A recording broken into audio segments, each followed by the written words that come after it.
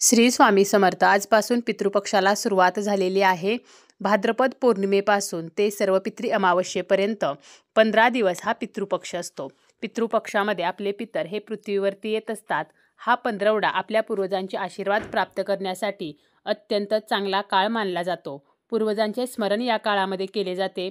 आपल्या पूर्वजांचे श्राद्ध करून पितर जेवायला घातले म्हणजे आपल्या पूर्वजांच्या आत्म्याला शांती मिळते.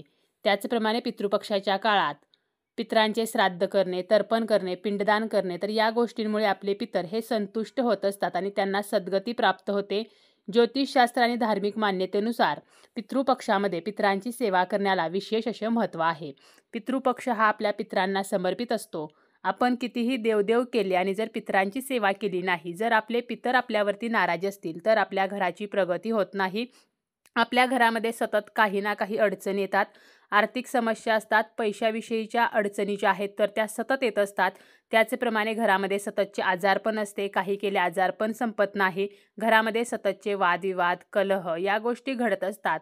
तसेच आपल्या घराची काहीही केले तरी प्रगती होत नाही. आपण जे काही कष्ट करतो या कष्टाला फळ मिळत नाही. खूप कष्ट आपण करतो परंतु त्याचे आपल्याला विशेष फळ हे मिळत नाही, कारण आपल्याला पितरांचा त्रास असतो, म्हणजेच आपल्याला पितृदोष लागलेला असतो. देवही पितृदोषाला काही करू शकत नाहीत. त्यामुळे आपला पितृदोष जो आहे तर तो नष्ट होण्यासाठी किंवा आपल्याला पितृदोष लागू नये म्हणून आपल्याला पितरांची विशेष अशी सेवा जी आहे तर ती करायची आहे. आणि पितृपक्ष हा पितरांना समर्पित आहे. त्यामुळे आपण या पितृपक्षामध्ये आपल्या पितरांच्या नावाने श्राद्ध, तर्पण, पिंडदान तर या गोष्टी करत असतो. आपल्या पूर्वजांचे श्राद्ध करून पितृतर्पण करण्याची प्रथा ही पितृपक्षामध्ये आहे. पितरांना जल अर्पण केले जाते. पितृपक्षामध्ये पितर हे कावळ्याच्या स्वरूपामध्ये असतात. त्यामुळे या पितृपक्षामध्ये कावळ्याला सुद्धा नैवेद्य दिला जातो. अशा या पितृपक्षामध्ये कोणत्याही एका दिवशी किंवा आपल्या पितरांच्या तिथीच्या दिवशी किंवा संपूर्ण पितृपक्षामध्ये दररोज आपल्याला सकाळी उठल्यानंतर घराच्या उंबरट्यावरती एक वस्तू आवर्जून ठेवायची आहे, ज्यामुळे आपला पितृदोष असेल तर तो नष्ट होईल. आपले पितर संतुष्ट होतील. आपल्या जीवनातील सर्व अडचणी, संकटे ही सुद्धा नष्ट होतील.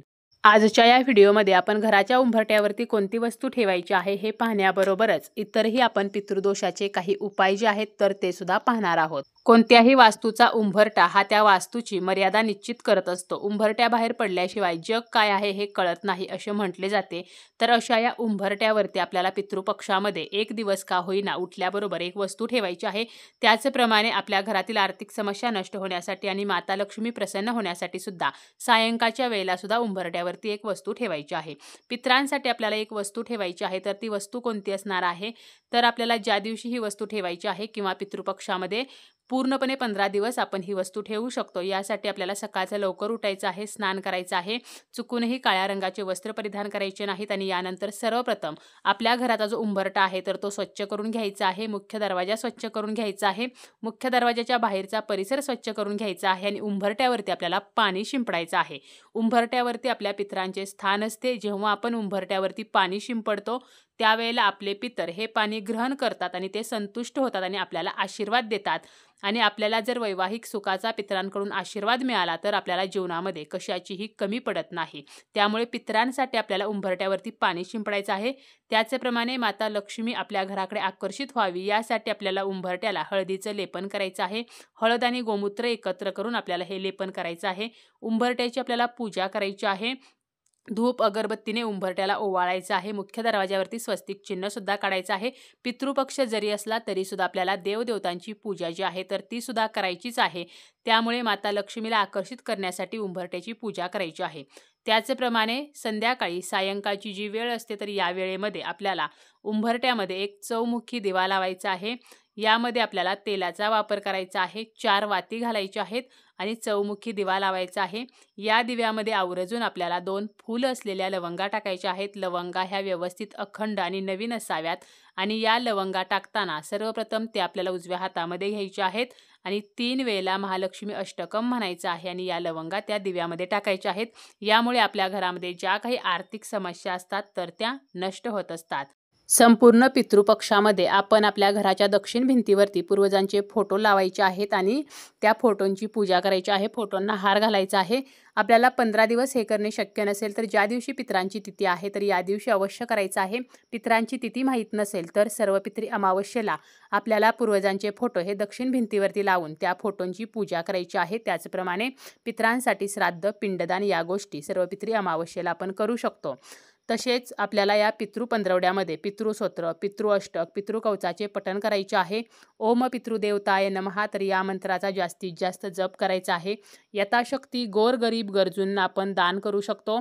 त्याचप्रमाणे आपल्या पूर्वजांच्या आवडीचे पदार्थ बनवून आपण ते गरीब व्यक्तींना देऊ शकतो. तसेच सकाळी किंवा संध्याकाळी पितृपक्षात एकदा का होईना तरी गाईला एक घास द्यायचा आहे. आपण जो काही नैवेद्य बनवतो तर त्याचा एक घास हा गाईला नक्की द्यायचा आहे. तसेच पितृपक्षामध्ये जरी आपल्याला पितरांची तिथी माहीत नसेल तरीसुद्धा कोणत्याही दिवशी कावळ्यासाठी आपल्याला साखर भात किंवा गुळ भात हा एखाद्या केळीच्या पानावरती किंवा पत्रावळीवरती घराच्या छतावरती किंवा आपल्याला घराच्या अंगणामध्ये ठेवायचा आहे. तसेच रोज आपल्याला कुलदेवतेची, इष्टदेवतेची पूजा जी आहे तर ती सुद्धा करायची आहे. पितरांची सेवा करण्याबरोबरच आपल्याला देवदेवतांची पूजासुद्धा करायची आहे. रोज आपण पिंपळाच्या झाडाखाली जर मोहरीच्या तेलाचा किंवा तिळाच्या तेलाचा दिवा लावला तर यामुळे सुद्धा पितृदोष नष्ट होतो. दररोज शक्य नसेल तर कोणत्याही पितृपक्षातील शनिवारी आपण हा दिवा लावू शकतो किंवा कोणत्याही दिवशी जरी पिंपळाच्या झाडाखाली हा दिवा लावला तरीसुद्धा चालतो.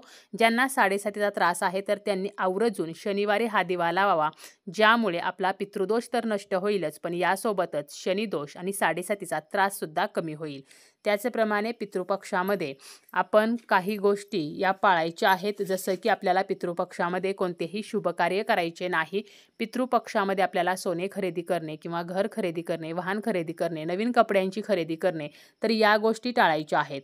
तसेच आपण या पितृपक्षामध्ये रात्री झोपण्यापूर्वी दररोज घरामध्ये पाण्याचं जे भांडं आहे तर त्याजवळ दिवा लावू शकतो. हा दिवा लावताना दिव्याची वात ही दक्षिणेला करायची आहे आणि मातीचा दिवा लावायचा आहे. हा दिवा इतर कोणत्याही शुभ कार्यासाठी वापरायचा नाही. दररोज शक्य नसेल तरी ज्या दिवशी पितरांची तिथी आहे तर त्या दिवशी रात्री झोपण्यापूर्वी असा एक पितरांसाठीचा दिवा हा अवश्य लावायचा आहे. यामुळे सुद्धा आपले पितर हे संतुष्ट होतात आणि आपल्याला पितृदोषाचा त्रास होत नाही.